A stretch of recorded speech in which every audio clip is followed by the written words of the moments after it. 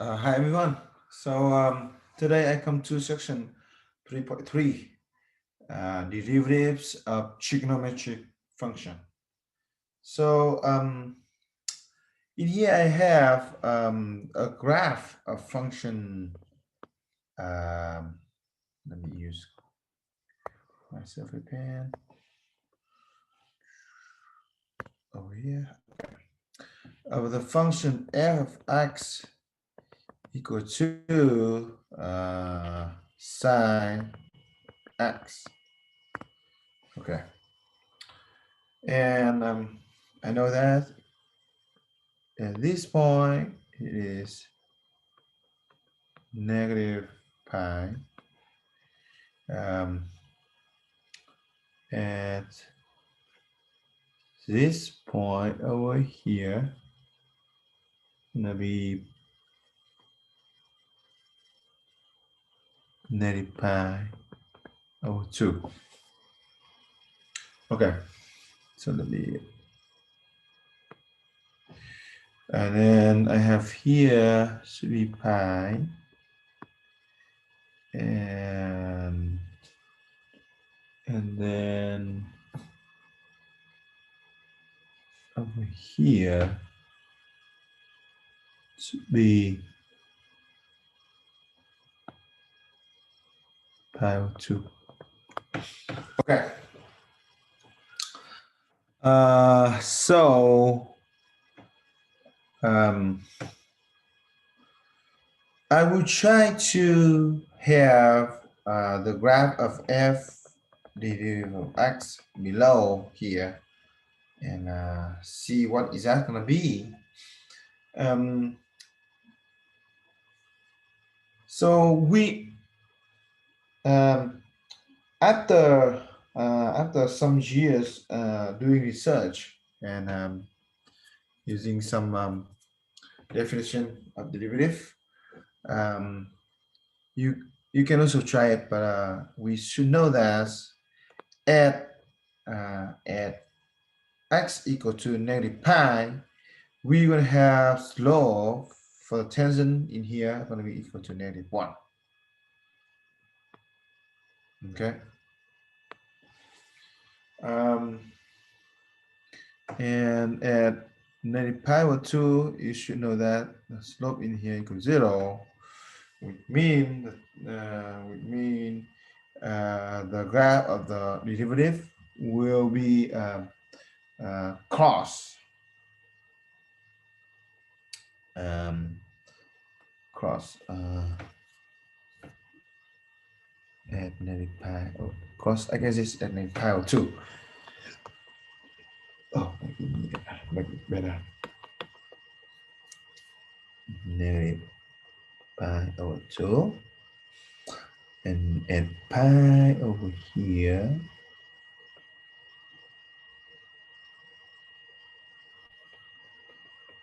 negative pi over here, okay. We have slope equal to negative 1, right? So negative 1 should be here. All right. Okay. What else? I have at 0 here. Slope will be equal to 1 because it's going up, right? And also, like if you use limit definition, you can figure out it.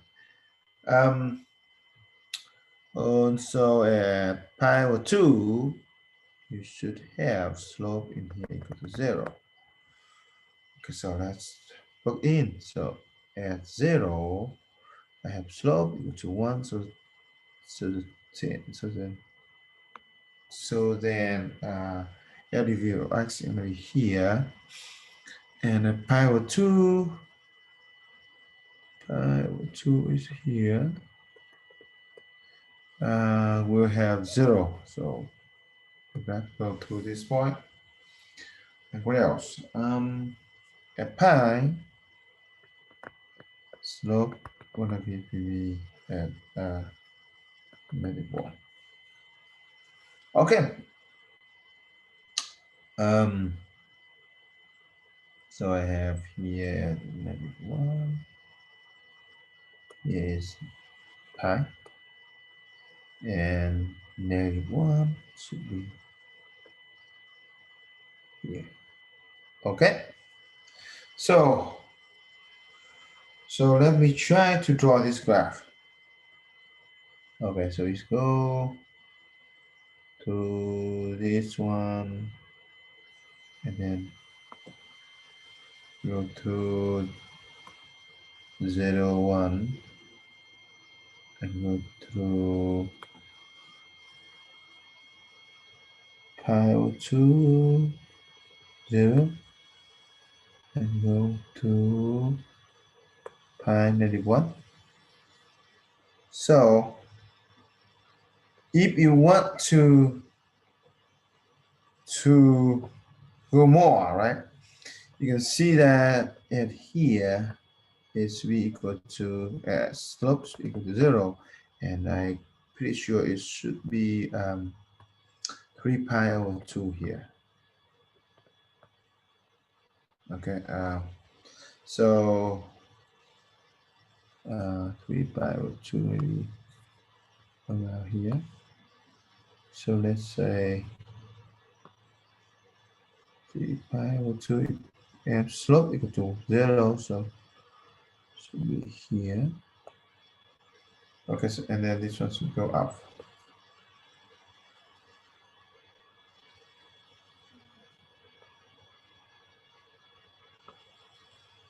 Not really nice to be around here. Which we have here. Okay. All right. Let me make it better. Something like that. And this guy also gonna be something like that. So you can see that what is this graph? So since this is 1, this is -1 over here, right? See that? So you can pick, you can see that this is actually is a cosine function, right? So the derivative of sine x actually is cosine of x. Okay, so doing the same things. Okay, similarly, you can have derivative of cosine x will be negative of sine x. So, let me make this more. Save some space. Negative sine of x. Okay. So there's, remember that this is a negative. Okay.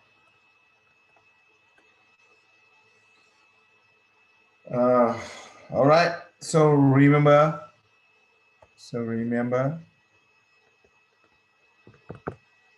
Use that. For trigonometric derivative of the trigonometric function, you will have sine x.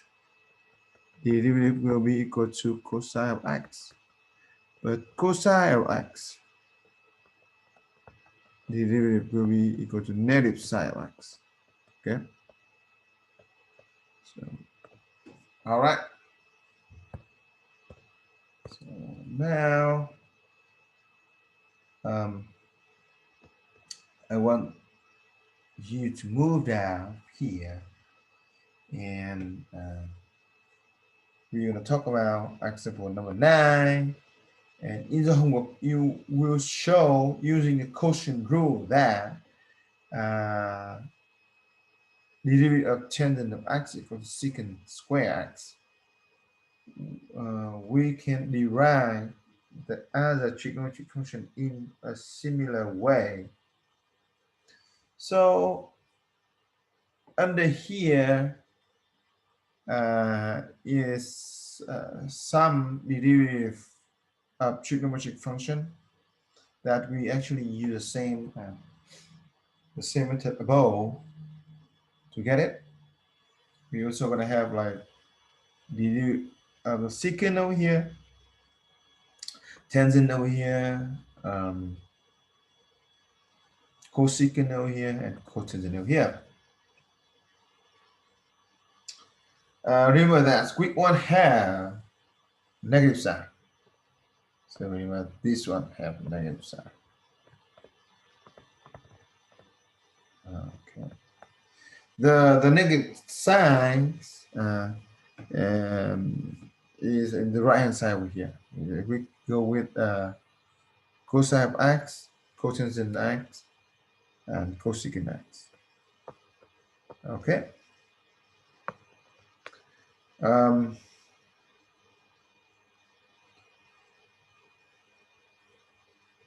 We should also remember some identities formula from the trigonometric, such as cosecant square plus sine square.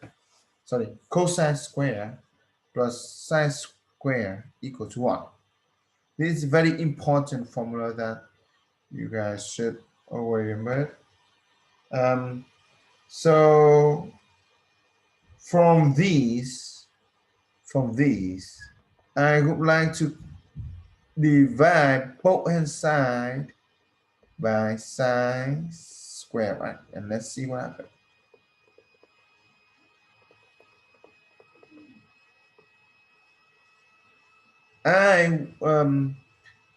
If I divide both hand side by sine square, then I'm gonna have cosine square over sine square.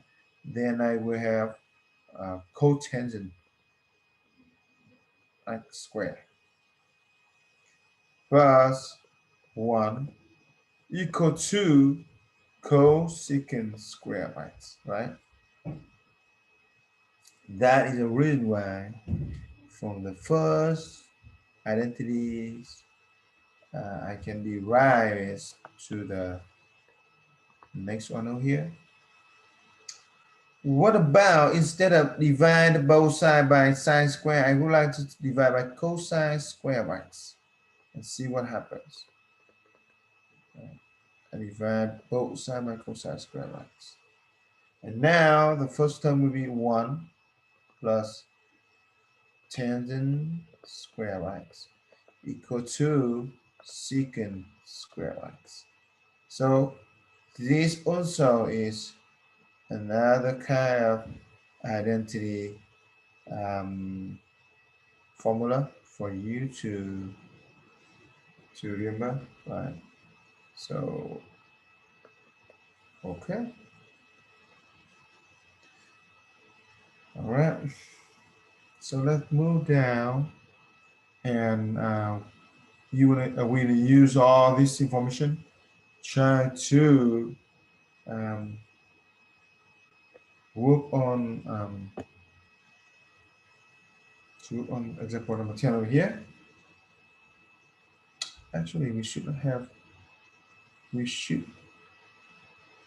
I don't know why I have this. This should be typo. So we should gonna have this as example 9, but it's okay. We're just gonna say it's example 10. Find the equation of the tangent line to fx equals to 3x cosine x at the point pi over 2, 0. What is this 0? It is f of pi over 2 equals 0. Remember that. Okay? It just mean that. All right. What we are trying to do, we try to find the equation of tangent line. Okay. So if you remember from the from section from chapter 2, right? You should remember the equation of tangent line formula.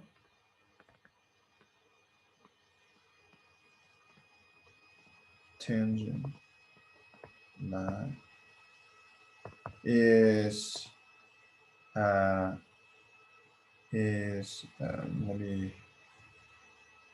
me Right out. Okay, so is let me notate by y. So y equal to f derivative at point A with the slope of the tangent line, right? Multiplied by x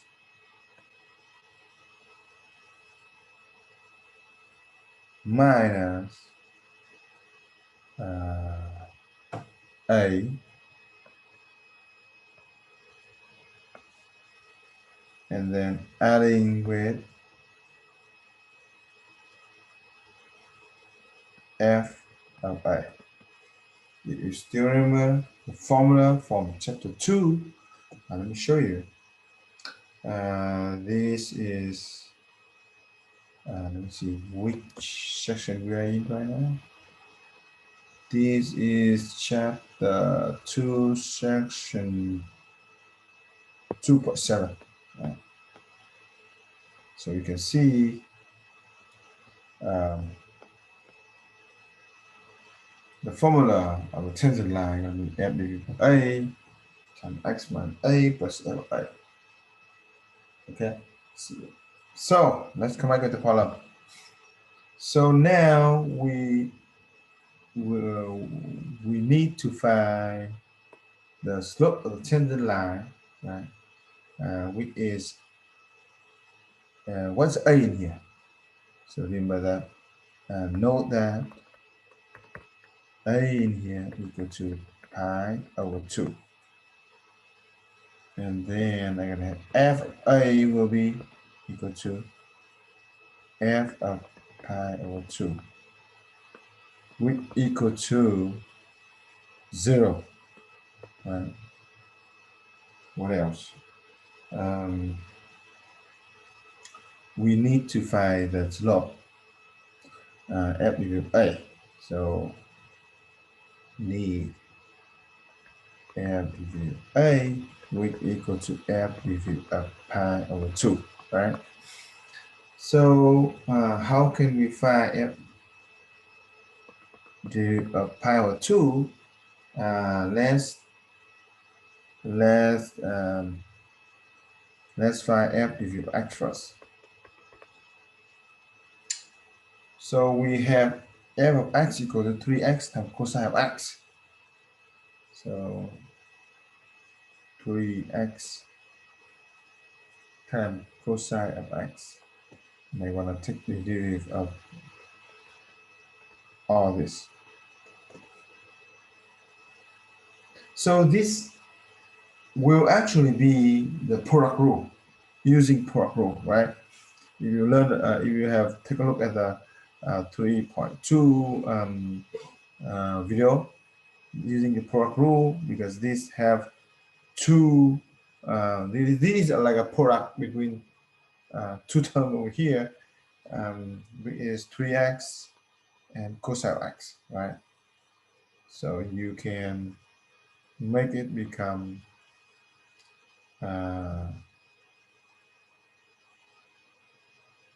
3x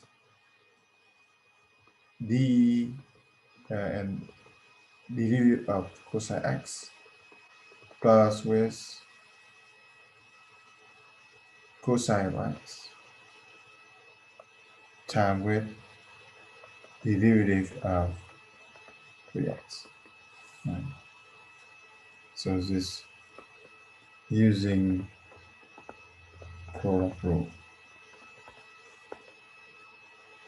in 3.2.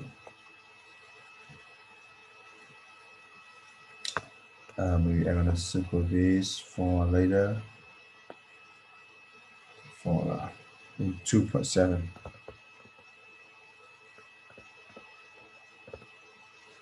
Okay. Okay, so now I have f divided of x will be 3x times derivative of cosine of x going to be negative sine of x, right? Plus with cosine of x times with the derivative of 3x will be 3. Constant multiplied by variable, derivative of it going to be just derivative of x. That's going to be 1. 3 times 1 is 3. Okay. So now if I want to simplify more, I'm going to have negative 3x multiplied by sine of x plus 3 times cosine of x. Okay, so time to plug in f derivative of pi over 2. I'm going to change the x to become pi over 2 and see what happens, right? I have 3, negative 3 times with something multiplied by sine of something plus 3 times cosine of something. So what is that thing? We know that it was x. So now I change it to be pi over 2, pi over 2, and pi over 2. Because the input now is pi over 2. So let's simplify it. I have negative 3 pi over 2 multiplied by sine of pi over 2 will be what? It will equal to 1. So 1. And plus with 3 times cosine pi over 2 going to be equal to 0. So that's going to just be equal to negative 3 pi over 2 as the f derivative of pi over 2, which is slope. Okay, so I can substitute everything into the formula 2.7 section over here. So I have, so question is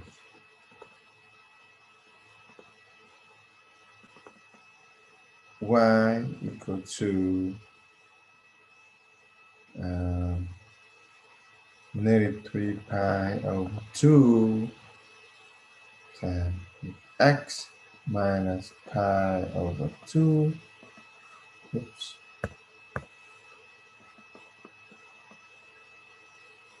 And then plus with 0. So if I want to simplify it, I can write as y equals to negative 3 pi over 2x plus 3 pi square over 4. So this one should be the answer. Okay.